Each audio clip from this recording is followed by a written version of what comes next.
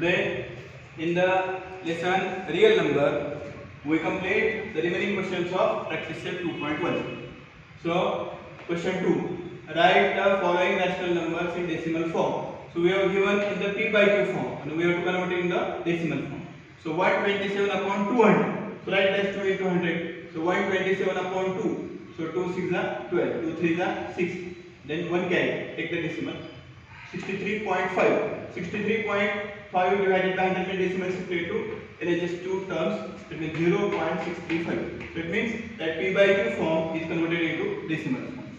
Now see the next question, 25 upon 90. Always remember that if the denominator is 99, the answer must be 0.25 recurring. But both the terms are recurring, we should check it. So 25 divided by 99. So 25 is not divisible by 99, so 0. So 250, 99 into 2, 190. So 52 carry. You take the 0. 99 5 is 495. So 25 again carry. So it means it is repeated. So it means the answer is 0.295 numbers recurring. So 0.25 recurring. Similarly, solve the 23 upon 7. 7 3 is 21. Then 2 carry. So 20. So 7 2 is 40. Then 6 carry, 7 8 is 56, 4 carry, 7 5 is 35, 5 carry, 7 7 is 49, 1 carry, so 7 1 is 7, 3 carry, then 30, so 7 4 is 28, so it means 2 carry, so again 7 2 is 40, so it means 2 8 5 7 1 4, these numbers are recurring, so the answer is 3.285714 and recurring numbers. So make that arrow. Now solve the question 4 and 5 yourself. These are for the practice. The syllabus is omitted, but it is not actually omitted. You have to solve it for the practice. Then see the question 3. Now the p by q form we have to convert. So decimal form is given. So this is reverse of this question 2. So we have to convert it into the p by q form. Now first one is 0.6 recurring. So at that time there is one method. So first of all take that, let x equal to 0.6 recurring. So call it as the given decimal form of number as x. And if the recurring number is only 1, multiplied by 10. If the recurring numbers are 2, multiplied by 100. If 3, multiplied by 1000. And at that time take 0 and multiply. So multiply by 10. So 10x equal to, so 0.6 recurring. 0.6 recurring and multiplied by 10. So it means 0.6 recurring multiplied by 10, 0.6 recurring multiplied by 10, so 0.666 multiplied by 10, so many times 6, so it means 6.6 recurring, so keep in mind this, so it is 6.6 recurring, 6.6 recurring and then call it as equation 2. So first is x equal to 0.6 recurring and the second equation is 10x equal to 6.6 recurring. So keep in mind that. Now subtract this. So 10x minus x, so it is 9x. 10x minus x, so it is 9x. And 6.6 recurring minus 0.6 recurring. So 0.6 recurring goes. So it means only 6 remaining. So 9x equal to 6. It means multiplied by 9 goes to divided by. So 6 upon 9. So your reduced form. So 3 into 2, 6, 3 into 3, 9. So the 2 upon 3 is the answer. So 0.6 recurring means p by q form is 2 upon 3. So keep in mind this. Now the next question is 0.37 recurring. 0.37 recurring means, so first step is take x equal to 0.37 recurring.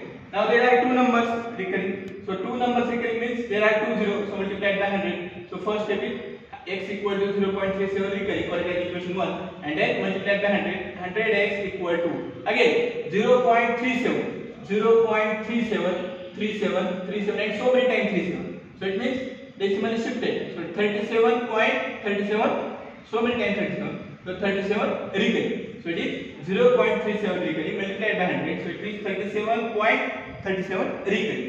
So again subtract it. So 100x minus x, so it is 99x, and 37.37 recurring minus 0.37 recurring. So the 37 is the answer. So again 99x equal to 37. So it means x equal to 37 upon 90. So it means denominator is 100, the 99, 100 minus 1. We can get that 37 upon 90. Now the third question, 15.89 recurring. So first step is similar. Let x equal to 15.89 recurring. So call it as equation 1. Now multiply by 100. So 15.89 recurring multiplied by 100 and LHS is 100x. So 100x minus x, subtract that, equation 2 and 1.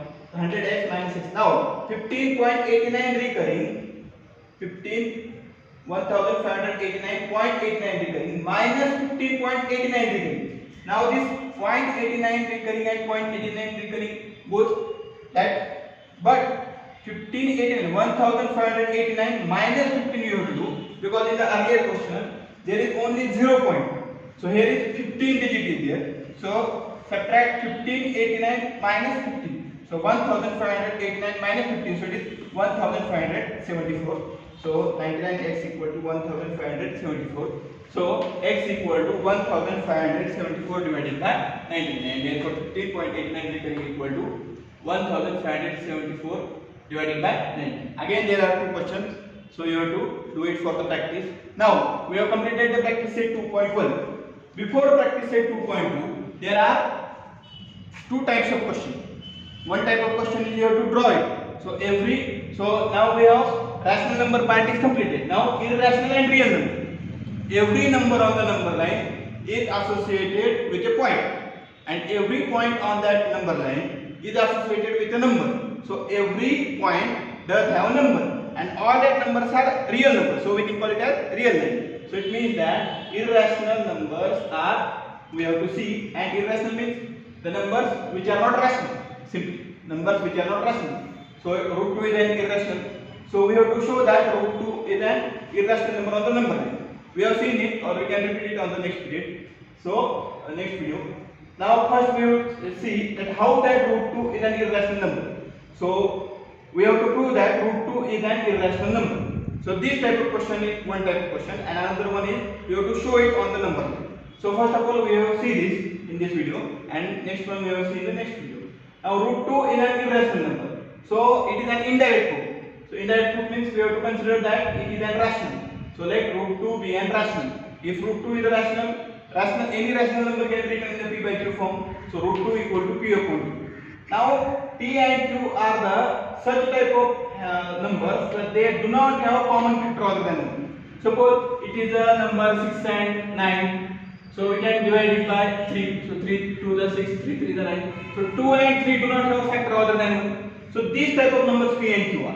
So they do not have a common factor other than 1. So only common factor between 2 and 3 is 1. That we have to take. So root 2 equal to p by q. So that is the first step. And p by q are such that q or p and q are two numbers such that they do not have a common factor other than 1. Now square it. So squaring 2 equal to p square upon q square. So p square equal to 2 into q square. So it means p square equal to 2 into q square means any number multiplied by 2 is always even number. Take any number. Suppose an odd number is there, 7. 7 to the 14. So it is definitely an even. So any number multiplied by 2 is an even. So p square is even. If p square is even, so its square root is also even. Take any square in x square root, it's always even. So p is even. So first p is even means only the p having two factor. So it means any factor. So 2 is a factor of p. Whatever may be that any factor, but the 2 is definitely that factor. Take any even number, it is definitely divided by 2. So 2 is factor.